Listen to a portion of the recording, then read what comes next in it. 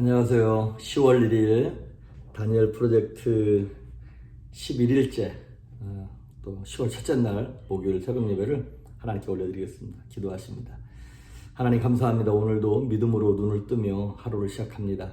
말씀을 부여잡고 이 혼란하고 혼탁한 세상 가운데서 살아갈 때 주께서 우리에게 주시는 마음은 두려워하는 마음이 아니라 능력과 사랑과 절제하는 마음이라 하셨사오니 능력 있게 하시고 정말 사랑이 넘쳐나 이 땅에 소망을 두지 않냐고 하늘에 소망을 두며 살아갈 수 있도록 은혜를 베풀어 주옵소서. 오늘도 말씀으로 함께 하시길 소망하며 예수님의 이름으로 기도했습니다. 아멘. 우리 찬양 누군가 널 위해 기도하네. 가사를 잘 생각하면서 찬양하겠습니다. 당신이 지쳐서 기도할 수 없고 눈물이 눈물처럼 흘러내릴 때 주님은 아시네. 당신의 약함을 사랑으로 돌봐주시네.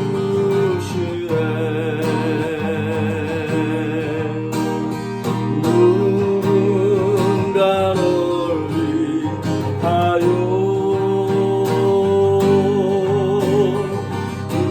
누군가 기도하네.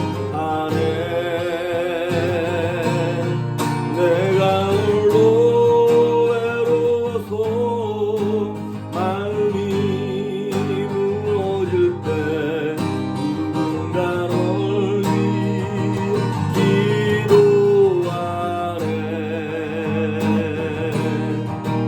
당신이 외로이 홀로 남았을 때 당신은 누구에게 위로를 얻나. 주님은 아시네. 당신의 마음을 그대로 잊지 못함을 조용히 그대 위해 누군가 기도하네. 내가 홀로 외로워서 마음이 무너질 때 누군가 널 위해 기도하네. 누군가 널 위하여 누군가 널 위하여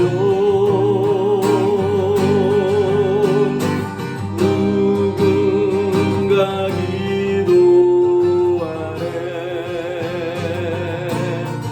내가 홀로 외로워서 마음이 무너질 때 누군가 널 위해 기도하네.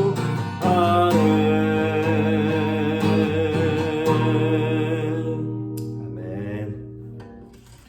오늘 우리에게 주시는 말씀은 요한계시록 3장 20절입니다. 요한계시록 3장 20절. 제가 봉독해 올립니다. 볼지어다 내가 문 밖에 서서 두드리노니 누구든지 내 음성을 듣고 문을 열면 내가 그에게로 들어가 그와 더불어 먹고 그는 나와 더불어 먹으리라. 아멘. 오늘이 이제 10월 첫째 날입니다. 이 다니엘 프로젝트 이제 열 하루 남았습니다. 벌써 열흘 지났고요. 지금까지 달려오신 분들 너무나 수고하셨고 잘했습니다. 이제 열 하루 동안만 더 열심으로 탄력을 받아서 가시길 바라고, 중간에 포기하셨던 분들 10월 첫날이니까 다시 시작하기 딱 좋은 날입니다. 여러분 힘내시고 다시 한번, 이제 올해도 석 달 남았잖아요. 10, 11, 12. 지난 9개월 동안 뭐 했는지 모르겠다 하셨던 분들, 나머지 석 달 동안 지난 9개월 동안 못하고 아쉬웠던 시간들 다 리커버 할 수 있습니다. 다시 회복할 수 있습니다. 하나님 은혜 주십니다. 여러분 새롭게 도전하시길 바랍니다. 오늘 말씀의 제목은 인간의 자유의지를 초월하지 않으시는 하나님, 우리의 자유의지를 초월하지 않는 하나님에 대해서 잠깐 보도록 하겠습니다. 하나님이 천지를 창조하실 때는 하나님의 상상력을 가지고 어느 누구와도 상의하거나 상담하지 아니하시고 삼위일체 하나님이 혼자 만드셨어요. 하지만 하나님께서 인간에 대한 역사를 하실 때는 절대로 막 불도저처럼 밀어붙여가지고 하나님 마음대로 하시는 분이 아니십니다. 뭐냐 그러면 하나님은 인간의 자유의지를 존중해 주십니다. 우리의 자유의지를 절대로 초월하거나 무시하는 분이 아니라는 거예요. 오늘 요한계시록 3장 20절 본문의 말씀처럼 주님께서 문 밖에 서서 두드리신대요. 언제까지? 우리가 문을 열 때까지. 그분의 능력과 전능하심으로 보면 문 부시고 들어올 수 있어요. 그런데 그렇게 안 하시겠다는 거예요.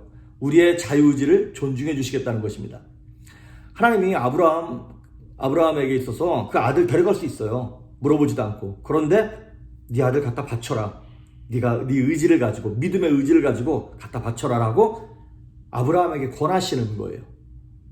명령하시는 거죠. 절대로 막 억지로 데려가지 않으시는 거예요.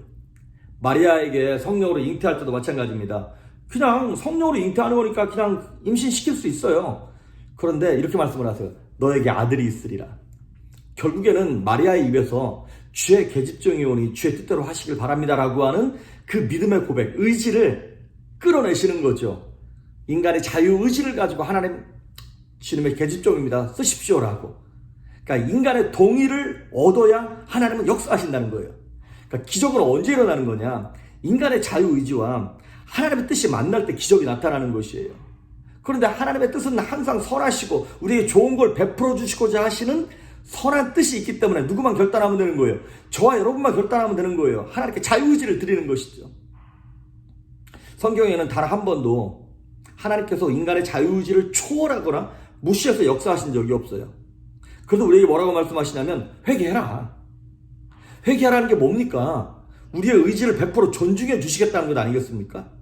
하나님은 우리 죄를 몰라가지고 억지로 고백받으시려고 하는 것이 아니라 우리 스스로가 하나님 앞에 나오기를 원하는 거죠.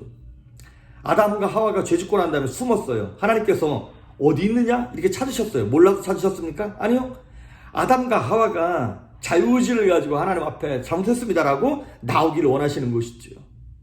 그래서 우리가 우리 스스로 죄인임을 선포하고 고백함으로 말미암아 내가 누군가, 나는 죄인이고 내게 메시아가 필요하구나, 내 죄를 용서하실 하나님이 필요하구나라는 것을 내가 고백하기를 원하시는 것이죠.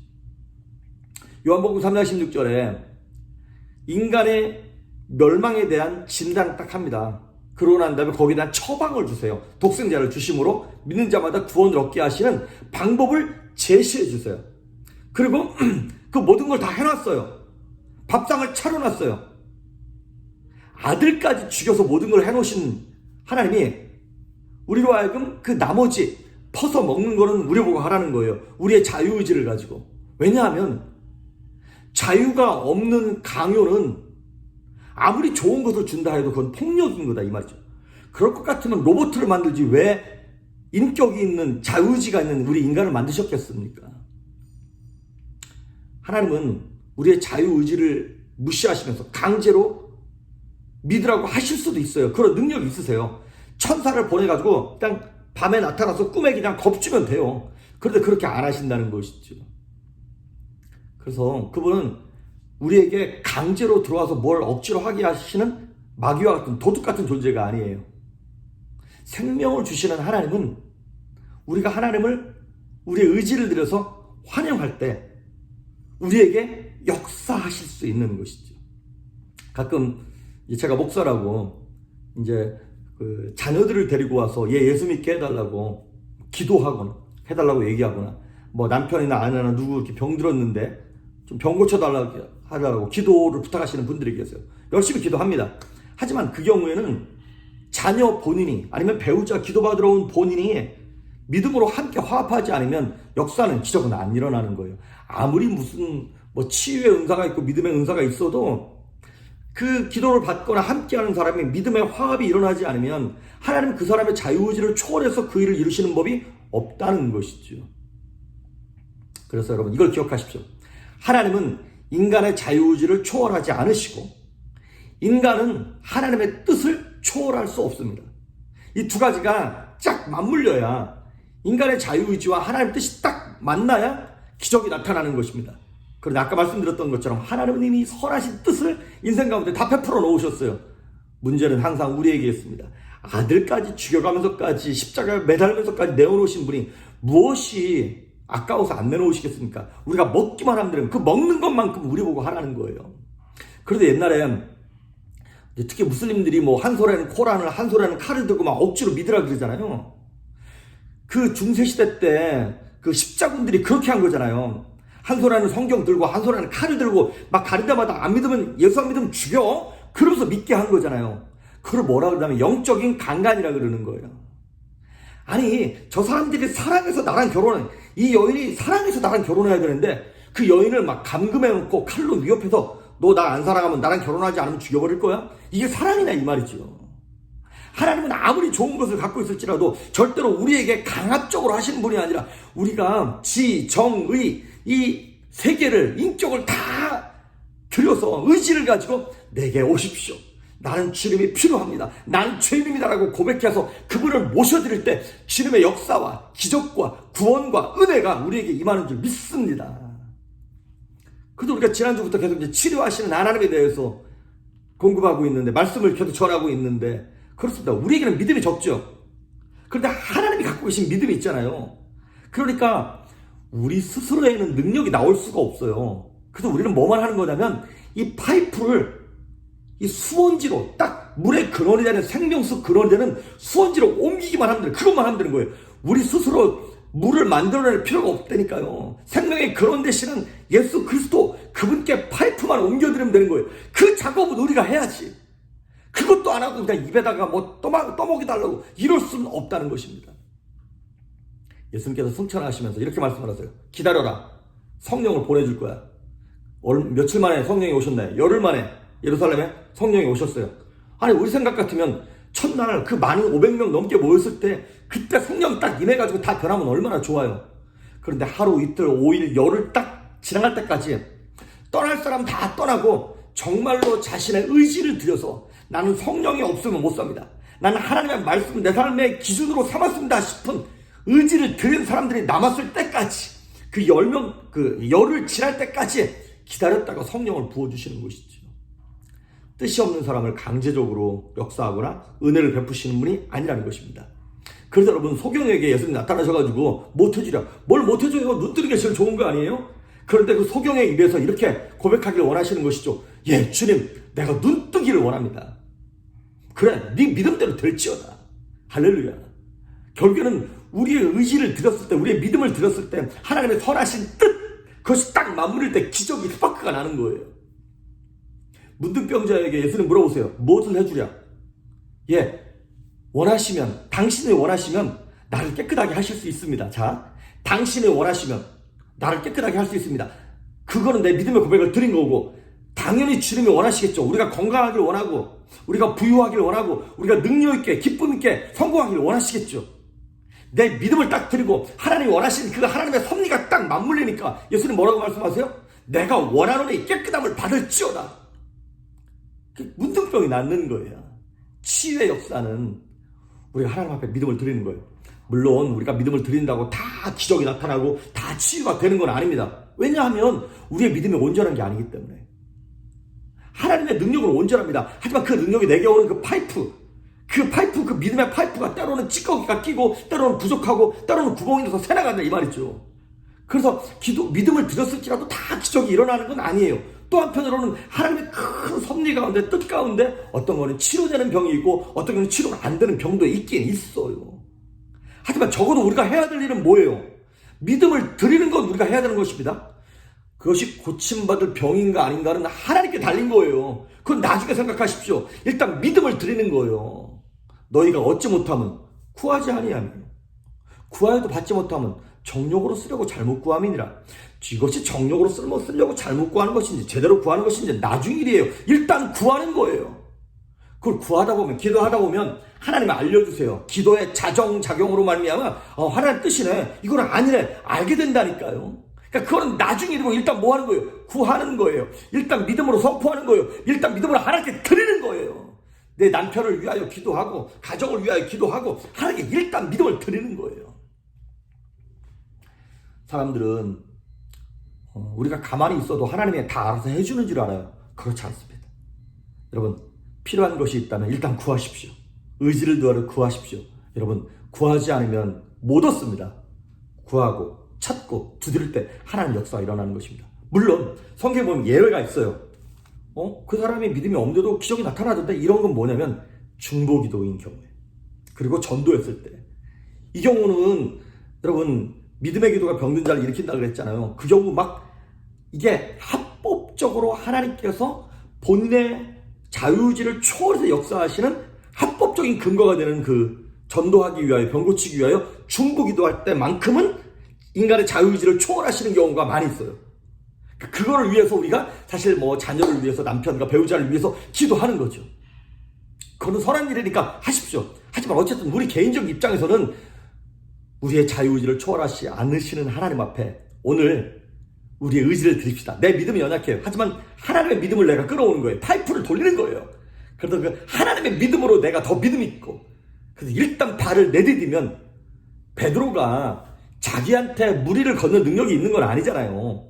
그런데 자신에게는 그 무리를 걷는 능력이 없지만 믿음의 파이프로 딱 예수 그리스도를 의지해서 딱 발을 내딛었더니 베드로의 발을 빠지지 않게 떠받치게 하는 능력이 어디서 나오는 거예요? 하나님께로부터 나오는 거예요. 뭐만 한다고요? 믿음의 파이프만 들이대는 거예요. 우리의 자유의지를 하나님께 들이대고, 말씀에 들이대고, 기도의 능력에 들이대고, 중보기도에 들이댑시다. 그래서 하나님께서 역사하실 기적을 만드실 때 저와 여러분 모두가 다 그 능력을 체험하고 경험하는 오늘 하루가 될 수 있기를, 가정이 되고 교회가 되고 자녀가 될 수 있기를 주의 이름으로 축복합니다. 기도하십니다. 예수님 감사합니다. 부족한 인생 가운데 역사하시는 하나님의 은혜의 손길을 체험하기 원합니다. 우리에게는 참 능력이 없고 부족하지만 우리의 믿음의 눈을 들어, 우리의 의지를 들여서 전능하신 하나님께 파이프를 댑니다. 하나님 그 생명수가, 능력의 역사와 기적들이 우리 심령 가운데, 가정 속에, 교회 가운데, 자녀 가운데 들어올 수 있도록, 그래서 병이 치료되게 하시고 꼬였던 환경들이 풀려지게 하시며 법적인 문제와 관계의 문제가 다 풀려지게 하시옵시고 하나님의 영광을 볼 수 있도록 기적을 베풀어 주시옵소서. 감사드리옵고 예수님의 이름으로 기도했습니다. 아멘.